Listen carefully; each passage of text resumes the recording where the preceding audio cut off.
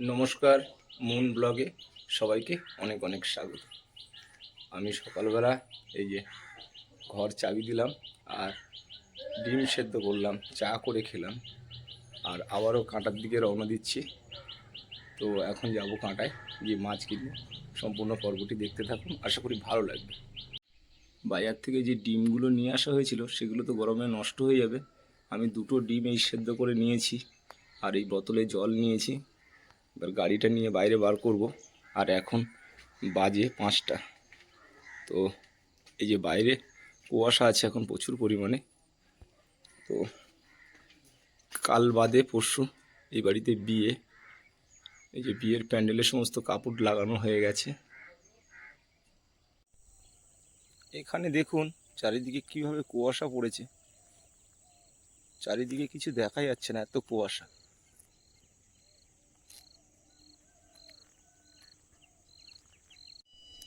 আমি এখন যাচ্ছি পিয়ালি থেকে মগরামপুরের রাস্তা। এটা একটা মাঠ দিয়ে রাস্তাটা গেছে। তো এই রাস্তাটা দিয়েই ম্যাক্সিমাম সময় যাই এই গরমের দিনগুলো। পিয়ালি থেকে মগরামপুরে আসার যেই রাস্তাটা কিছুটা ঢালাই আছে আর বেশিটাই মাটির রাস্তা, আর চারিদিকেই বাবলা গাছ আর খেজুর গাছ।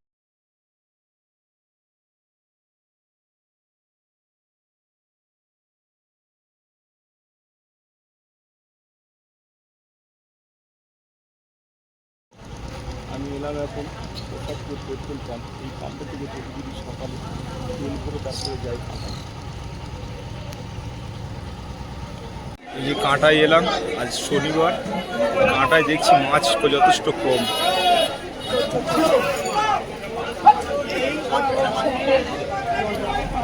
মাছ নেই বলতে গেলে চলে।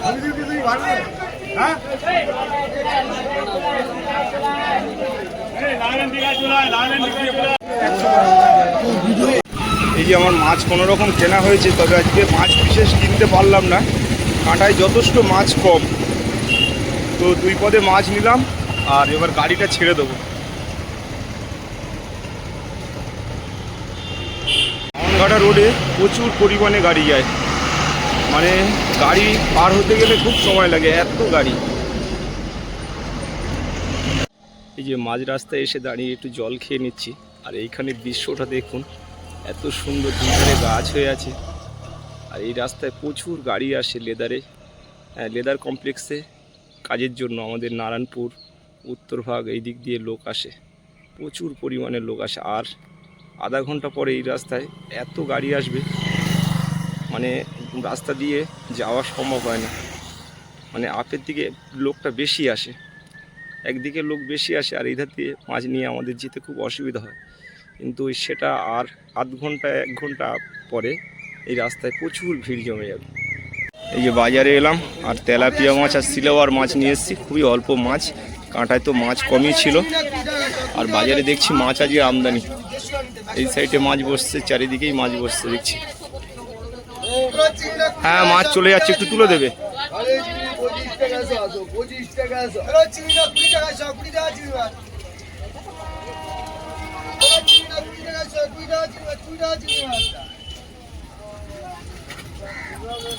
এই 10 টাকা 12 টাকা জ্যান্ত মাছ নিয়ে যাও। তেলাপিয়া সিলভার চলে এসো।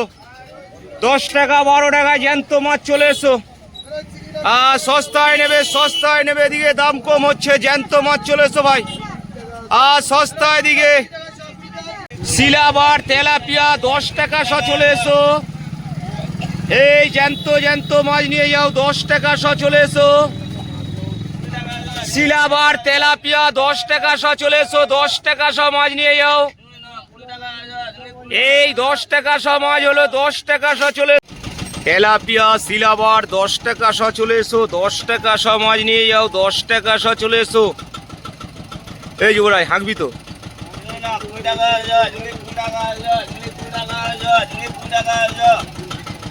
এই 10 টাকা শ জ্যান্ত মাছ চলে এসো। সিলভার তেলাপিয়া 10 টাকা শ চলে এসো।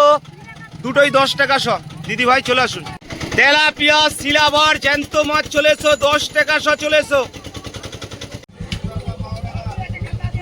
25 টাকা 20 টাকা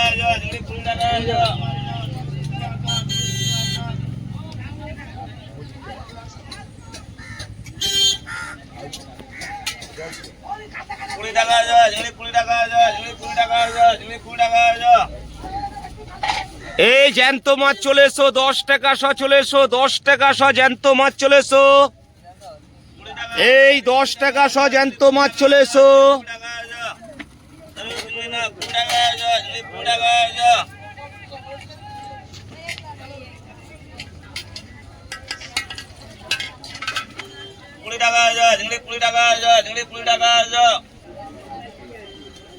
আজও দেখছি পোলের তলায় পুকুরে ধরা মাছ এসছে। বাজার খুবই খারাপ, শনিবারের বাজার, সবাই মাছ নিয়ে দেখি বসে আছে, বিক্রি বাটা কম আছে বাজারে।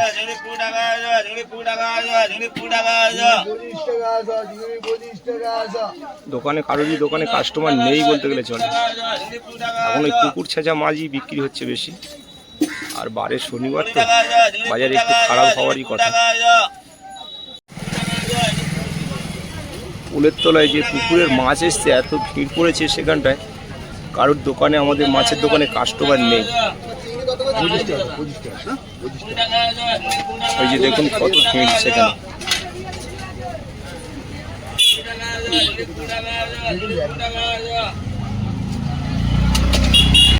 এই যে বাজারে কোনো দোকানে কাস্টমার নেই, আর মাছ সেইভাবেই প্রায় পড়ে আছে। কখন বিক্রি করবো জানি না, এখন তো 12টা বাজে। এই যে এখনো মাছ পড়ে আছে প্রায় 20 কিলো মতন, সবারই দোকানে মাছ পড়ে আছে দেখছি।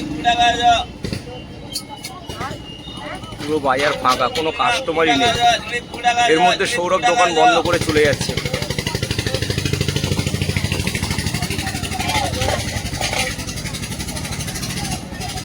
এইমাত্র বাড়িতে এলাম, আর বাড়িতে এসে একটা প্যান্ট, একটা গেঞ্জি ধুয়ে বাইরে মেলে দিলাম। আর আজকের মাছ ব্যবসায় লস করে বাড়িতে ফিরলাম, কেননা মাছ খুব চড়া দামে কেনা ছিল, মাছ তো কাটাই ছিল না। তারপরে মাছ 50 টাকা কিলো বিক্রি করে শেষ করলাম। কাল রাত্রে রান্না করেছিলাম একটু মাছের তরকারি, 2টো চিংড়ি মাছ নিয়ে এসেছিলাম, আর ভাত ছিল, সেগুলো ফ্রিজে রেখে গেছিলাম। এখন এই ফ্রিজ থেকে বার করে রেখেছি, একটু ঠান্ডাটা কমে গেলে তারপর একটু গরম করব। আর এদিকে এই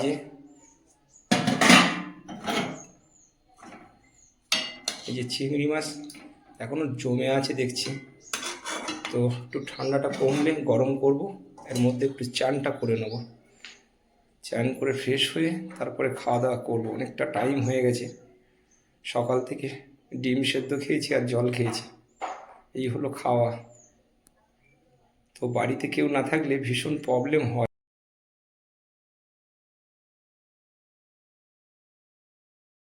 আজকে দেখছি বাইরে মেঘলা মেঘলা ওয়েদার,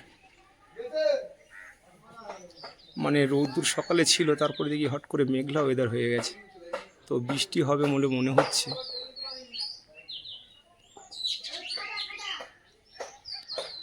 এদিকে দেখছি টবগুলো আবার জল দিতে হবে, তো আজ বিকালে ভাবছি ফুলের চারাগুলোয় জল ফল দেব। গাছগুলো শুকিয়ে যাচ্ছে কেমন, আর এদিকে গাছে প্রচুর পরিমাণে ফুল ফুটেছে দেখছি। তো পূজা আশ্রীও ঠিকঠাক দেওয়া হচ্ছে না। আমি ব্যবসা থেকে বাড়িতে ফিরছি যে টাইমে, সেই টাইমটাই পুজো দেওয়ারও সময় নয়। তো ওইদিকে সব গাছগুলোই জল দিতে হবে, দেখছি পুরো শুকিয়ে গেছে।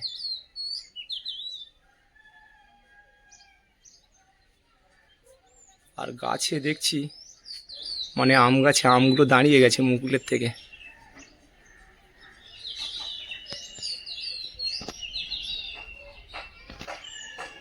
খুব সুন্দর লাগছে। এইবার আস্তে আস্তে আমগুলো যখন বড় হবে, দৃশ্যটা আরও ভালো লাগবে দেখতে।